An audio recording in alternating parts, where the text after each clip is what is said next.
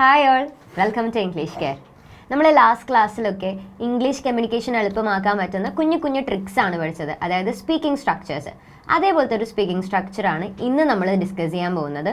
നമ്മളിപ്പോൾ ആൾക്കാരോട് ചോദിക്കാറുണ്ട് അല്ലേ, അവനോട് സംസാരിക്കേണ്ട ആവശ്യം എന്തായിരുന്നു, അല്ലെങ്കിൽ അവിടെ പോവേണ്ട ആവശ്യം എന്തായിരുന്നു, ആ കാര്യം ചെയ്യേണ്ട ആവശ്യം എന്തായിരുന്നു, അതായത് അത് ചെയ്യേണ്ട ആവശ്യം എന്തായിരുന്നു എന്നുള്ള രീതിയിൽ നമ്മൾ ക്വസ്റ്റ്യൻ ചോദിക്കാറുണ്ട്. അപ്പോൾ ആ ക്വസ്റ്റ്യൻ എങ്ങനെ ഇംഗ്ലീഷിൽ ചോദിക്കുക എന്നുള്ളതാണ് നമ്മൾ ഇന്ന് ഡിസ്കസ് ചെയ്യാൻ പോകുന്നത്.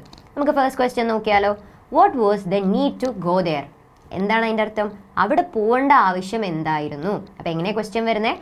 What was the need to go there. അപ്പോൾ നമ്മൾ ഇവിടെയും നീഡ് കഴിഞ്ഞിട്ട് ടു യൂസ് ചെയ്യുന്നതുകൊണ്ട് വെർബിൻ്റെ ഫസ്റ്റ് ഫോം വെച്ചിട്ട് വേണം പറയാൻ. വേറെ എക്സാമ്പിൾ നോക്കിയാലോ. അവനോട് സംസാരിക്കേണ്ട ആവശ്യം എന്തായിരുന്നു എന്നെങ്ങനെ ചോദിക്കാം? What was the need to speak with him? അവനോട് സംസാരിക്കേണ്ട ആവശ്യം എന്തായിരുന്നു? ഇത് കഴിക്കേണ്ട ആവശ്യം എന്തായിരുന്നു എന്നെങ്ങനെ ചോദിക്കാം? What was the need to eat this? This എന്ന് ചോദിച്ചത് ഇത് എന്നുള്ള അർത്ഥത്തിലാണ്. ഇനി അവനോട് സംസാരിക്കേണ്ട ആവശ്യം എന്തായിരുന്നു എന്നെങ്ങനെ ചോദിക്കാം? What was the need to speak with him? ആ പാർട്ടി അറ്റൻഡ് ചെയ്യേണ്ട ആവശ്യം എന്തായിരുന്നു? What was the need to attend the party? അപ്പം ഇങ്ങനൊരു ക്വസ്റ്റ്യൻ എന്ന് പറയുന്നത് ഒരു പോസിറ്റീവ് കൊണൊട്ടേഷനിലും നമുക്ക് ചോദിക്കാം, നെഗറ്റീവ് കൊണൊട്ടേഷനിലും ചോദിക്കാം.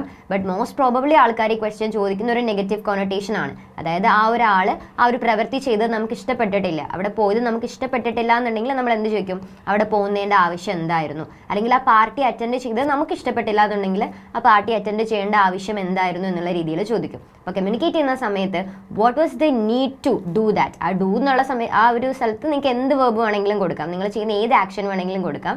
ഇത് ആക്ച്വലി കമ്മ്യൂണിക്കേഷൻ ഹെൽപ്ഫുൾ ആവുന്ന ഒരു സ്പീക്കിംഗ് സ്ട്രക്ചറാണ്. Thank you.